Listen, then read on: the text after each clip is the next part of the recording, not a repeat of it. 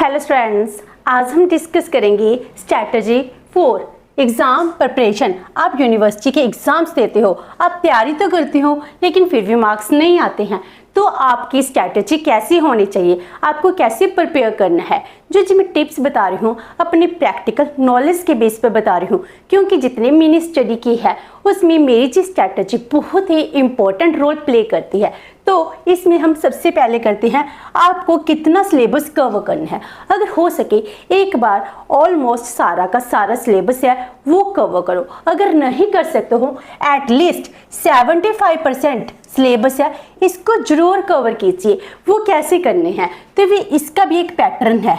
Let's suppose आपके syllabus में unit A है, पहले अब मान लो सेक्शन वाइज है unit a unit B.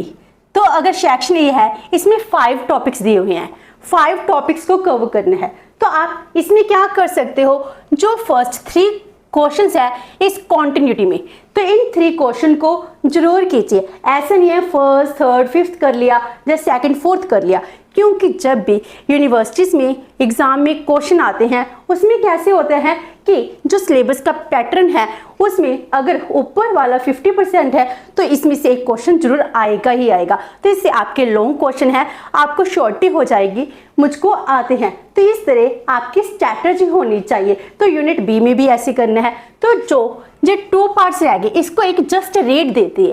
Reading करने से क्या होगा, अगर शॉर्ट क्वेश्चंस हैं एमसीक्यूज हैं वो आपके कवर हो जाएंगे। एंड जब भी आप एग्जाम्स की तैयारी करें तो पास्ट पेपर्स हैं 5 ईयर के ले लीजिए। तो 5 ईयर के क्वेश्चन पेपर को जरूर देखिए कि इनमें कौन कौन से क्वेश्चन आए हैं, तो वो आप मार्क कर लीजिए कि इनमें से कौन सा टॉपिक सबसे ज़्यादा इंपॉर्टेंट है। तो वो इंपॉर्टेंट क्वेश्चन जरूर कीजिए, वो एग्जाम्स में आते ही हैं। एंड इसके साथ आपको शॉर्ट नोट्स भी प्रिपेयर करने हैं। शॉर्ट नोट्स का मीनिंग क्या है, आपकी बुक में बहुत सा मटेरियल दिया है लेकिन आपको एग्जाम में क्विक रिवीजन की जरूरत है। आपको ऐसे शॉर्ट नोट्स प्रिपेयर करने हैं जिससे आपके क्वेश्चन है 10 मिनट में रिवाइज हो सके। और अगर आपको पूरा सिलेबस रिवाइज करना है इसको मैक्सिमम 1 आवर लगे। तो इस तरह आपको शॉर्ट नोट्स तैयार करने हैं। इसके लिए आपको क्या करना है, कोई भी क्वेश्चन राइट डाउन करना है, उसके हेडिंग्स लिखने हैं एंड सब हेडिंग्स लिखने हैं। जैसे जब भी मैं कोई वीडियो बनाती हूँ उसके मेरिट्स की, फीचर्स की, करैक्टरिस्टिक्स की, सिग्निफिकेंस की, तो आपने देखा होगा उसके हेडिंग्स लिखे होते हैं। हेडिंग के बाद जो भी क्वेश्चन होता है मैं उसके सब हेडिंग्स हैं वो भी देती हूँ। तो कीवर्ड्स हैं वो डिनोट किए होते हैं। तो वो क्या होते हैं, एक तरह से रिवीजन होती है। आपको पूरे वर्ड्स लिखने की कोई जरूरत नहीं है, आप रिवीजन के लिए शॉर्ट नोट्स तैयार कर रहे हो। तो वैसे ही आपको हेडिंग एंड सब हेडिंग्स है वो लिख लेने हैं। तो इससे आपकी रिवीजन बहुत जल्दी होती है। हो सके इसमें चार्ट हैं, डायग्राम्स हैं, वो मैक्सिमम बनाएं। अगर आप चार्ट एंड डायग्राम बनाएंगे तो इससे क्या होता है, आपके क्वेश्चन है जल्दी आपको रिवाइज हो जाते हैं। फॉर एग्जाम्पल हम कहते हैं पार्लियामेंट के कितने हाउसेस हैं, 2 हाउस, एक है लोकसभा एक है राज्यसभा। तो इसकी मेंबर्स कितने हैं, इसके 545 मेंबर्स हैं, इसके 245 मेंबर्स हैं। अब इनका टेन्योर कितना है, इसका 5 इयर्स है। जे क्या है, परमानेंट हाउस है। 1/3 मेंबर्स हैं, एवरी 2 इयर्स के बाद रिटायर हो जाते हैं। तो जे आपके कितने शॉर्ट में क्वेश्चन बन गए एक चार्ट के थ्रू। इस तरह आप अपने क्वेश्चन हैं, नोट्स हैं वो प्रिपेयर कीजिए। एंड अगर हो सके आप एक सब्जेक्ट की इंट्रोडक्शन एंड कंक्लूजन है वो जरूर राइट डाउन कीजिए। अब आप तैयारी कर रही हो, आपके पास टाइम है, तो एक क्वेश्चन है, क्वेश्चन की इंट्रोडक्शन मीन्स एक टॉपिक है। लेट्स सपोज हमने पूछा meaning of international relations, international politics, ऐसा कोई भी क्वेश्चन आता है तो आपको इंटरनेशनल रिलेशंस के बारे पता होना चाहिए। तो आपको एकदम से अच्छे वर्ड माइंड में नहीं आएंगे। इसके लिए आप अपनी नोटबुक में 5 से 7 लाइन्स में इंट्रोडक्शन एंड 2-3 लाइन्स में कंक्लूजन है वो राइट डाउन करनी है। हर एक क्वेश्चन के इस तरह introduction and conclusion write down कीजिए। तो इससे आपको एग्जाम में बहुत ईजिली सारा क्वेश्चन है रिमाइंड हो जाएगा और आप भूलोगे भी नहीं।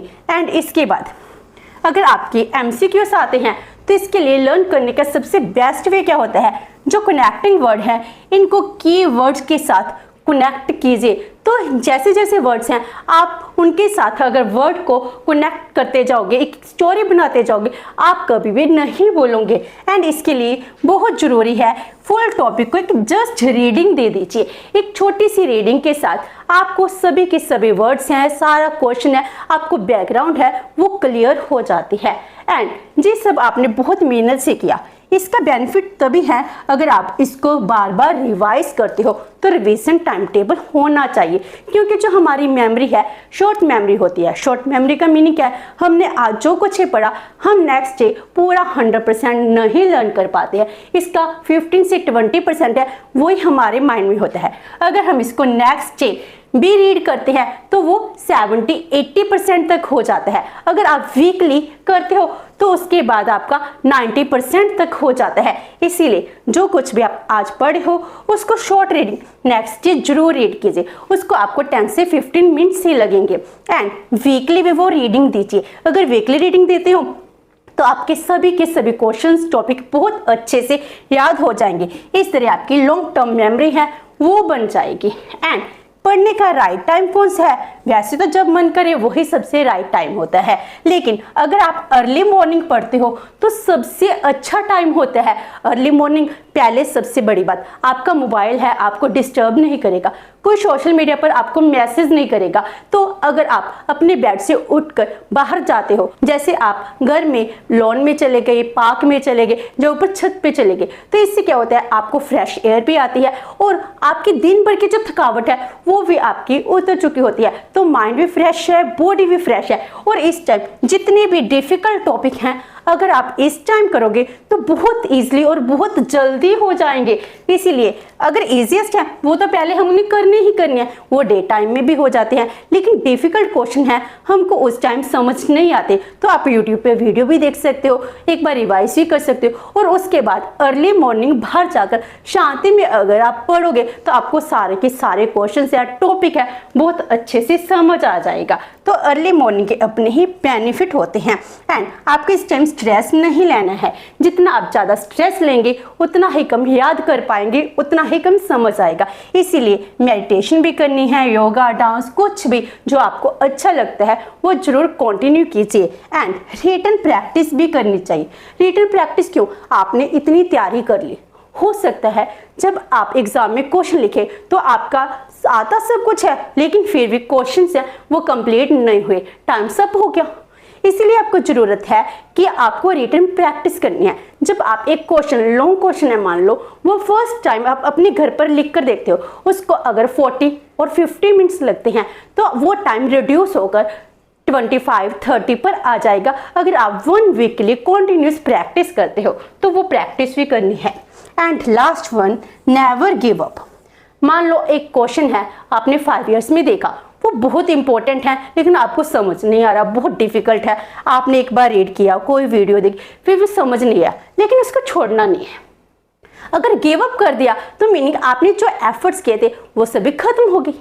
इसको मैं एक एग्जांपल देती हूँ। जैसे आपने अपनी मदर को देखा होगा, घर में घी निकालते हैं और घी निकालने के लिए उनको बहुत मेहनत करनी पड़ती है। उसको लगता है कि इतना टाइम हो गया घी निकल ही नहीं रहा है, लेकिन जब वो घी निकलने लगता है विद इन 1 और 2 मिनट में घी निकल जाता है। तो इसका मीनिंग क्या हो गया? हमने 99 एफर्ट्स तो कर लिए, लेकिन जब आपको उसका रिजल्ट मिलने वाला था 1% रह गए आपके एफर्ट, तब क्या कर दिया? आपने गिव अप कर दिया। तो इसीलिए कभी भी गिव अप नहीं करना है। अगर आप इस स्ट्रैटेजी से अपने एग्जाम की प्रिपरेशन करेंगे तो हो सकता है कि आप अपने यूनिवर्सिटी में जरूर टॉप कर पाएं। तो होप सो आपको जो स्ट्रैटेजी है अच्छी लगी होगी। अगर आपको ये वीडियो अच्छी लगी तो please like and share with your friends. Thank you so much and have a nice day.